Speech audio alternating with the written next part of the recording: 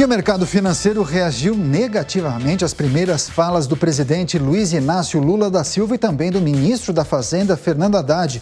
Quem conta pra gente é a repórter Carolina Abelim. O Ibovespa, principal índice da Bolsa de Valores, iniciou um ano em forte queda de 3,06%. O resultado se deu principalmente pela desvalorização das ações da Petrobras, que caíram 6,67%. Já o dólar disparou, fechando o dia em alta de 1,52%, cotado a R$ 5,36. Foi assim o cenário do mercado financeiro um dia após a posse do presidente Luiz Inácio Lula da Silva, quando chamou de estupidez o teto de gastos, prometendo acabar com a medida e assinou decretos que revogam o andamento de privatizações de estatais. Ao tomar posse nesta segunda, o ministro da Fazenda, Fernando Haddad, chegou a prometer uma nova âncora fiscal para a substituição do teto de gastos ainda neste semestre. Nós sabemos da necessidade de colocar os indicadores econômicos no rumo certo.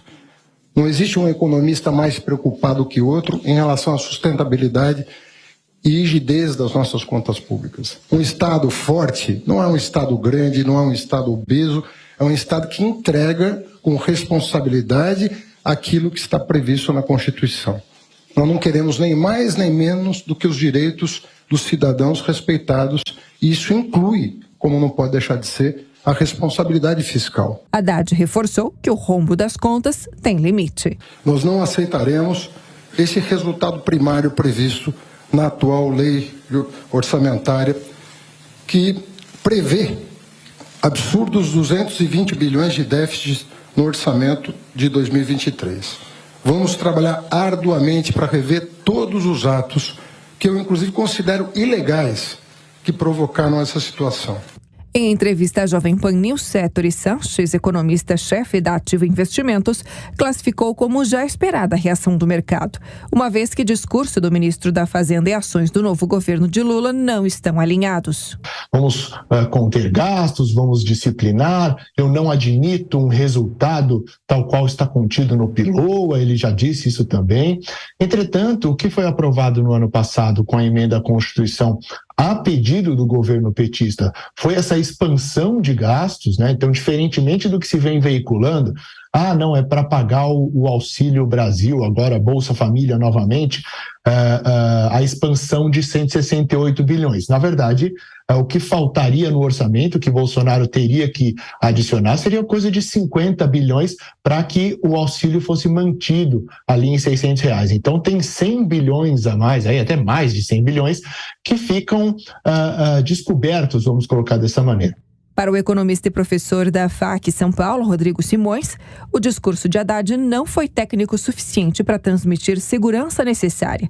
O economista também diz que é dúvida a autonomia do ministério. Ainda fica um pouco nebuloso como vai se dar, Kalina, essa atuação do Haddad. Porque hoje, uma coisa que ficou muito claro no discurso dele é o seguinte, olha, o Ministério da Economia vai atuar, eu vou atuar, mas também de uma forma em que o governo, né, que o presidente Lula, ele também nos ajude a dar direcionamento. Então você olha nessas entrelinhas, você fica se perguntando, poxa, mas será que o Ministério da Fazenda vai ter uma autonomia ou vai se submeter à vontade política? Para o professor, também faltou no discurso do novo ministro da Fazenda de Lula mencionar incentivo ao micro e pequeno investidor, uma vez que grande parte dos empregos gerados no país vem dessa fatia. E para comentar os assuntos mais importantes do dia, Diogo Schelp e também o deputado Coronel Tadeu. Bom dia aos dois. Eu quero começar perguntando para o Diogo Schelp justamente como você viu e avaliou essa segunda-feira de posse dos ministros de Lula.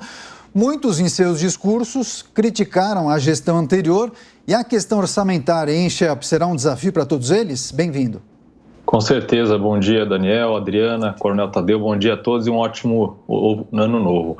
Olha, os ministros que tomaram posse ontem, eles repetiram o tom do discurso de Lula no dia anterior, no dia da posse, né? Muito se falou sobre a possibilidade de Lula fazer um discurso de união nacional, de pacificação da polarização que a gente viu nessas eleições, ou mesmo nos últimos anos, mas a verdade é que Lula adotou um discurso de muitas críticas, muito duras em relação ao governo, mas não só ao governo, também a apoiadores do presidente Jair Bolsonaro. Então, ele falou, por exemplo, muitas vezes em destruição. A palavra destruição ou destruir apareceu 5 vezes no discurso dele no Congresso Nacional. E os ministros adotaram esse mesmo tom. Então, a impressão que se tem é que o novo governo acredita que fará uma refundação nacional, né?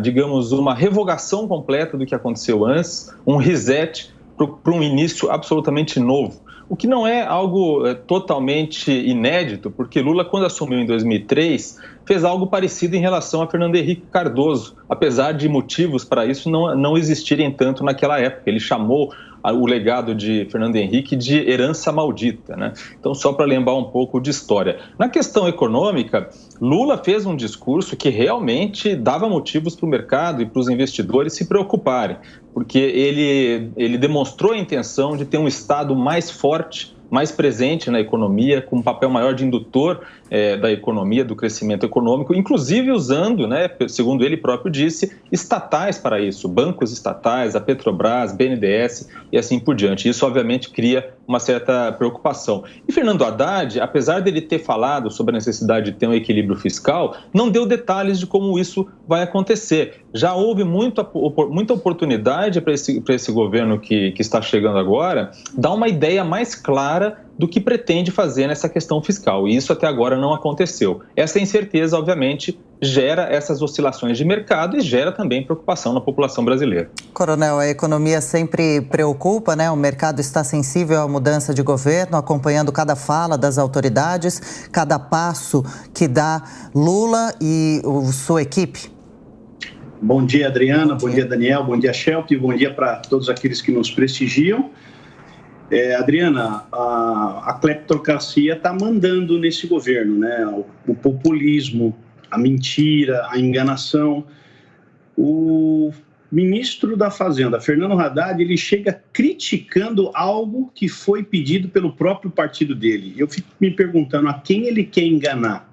Será que ele quer enganar a população? Possivelmente sim, porque nós sabemos que uma parte da população brasileira não conhece de economia. Boa parte da população brasileira não sabe que o governo Bolsonaro entregou ou entregaria um saldo positivo para o próximo governo, o governo do PT, e eles mesmos resolveram arrombar o cofre e gastar mais do que o necessário. Quem pediu a aprovação da PEC de 150 bilhões foi o atual governo, o governo do PT. O saldo era para estar positivo, era para chegar agora e mostrar que tem dinheiro em caixa e que eles teriam que fazer aquilo que o governo Bolsonaro fez durante 4 anos, gastar menos, diminuir o tamanho do Estado, privatizar mesmo, entregar à iniciativa privada determinadas funções que não são funções do Estado. E aí nós vimos exatamente o contrário, e é aí que o mercado reagiu, e reagiu mal, e vai continuar reagindo mal mesmo.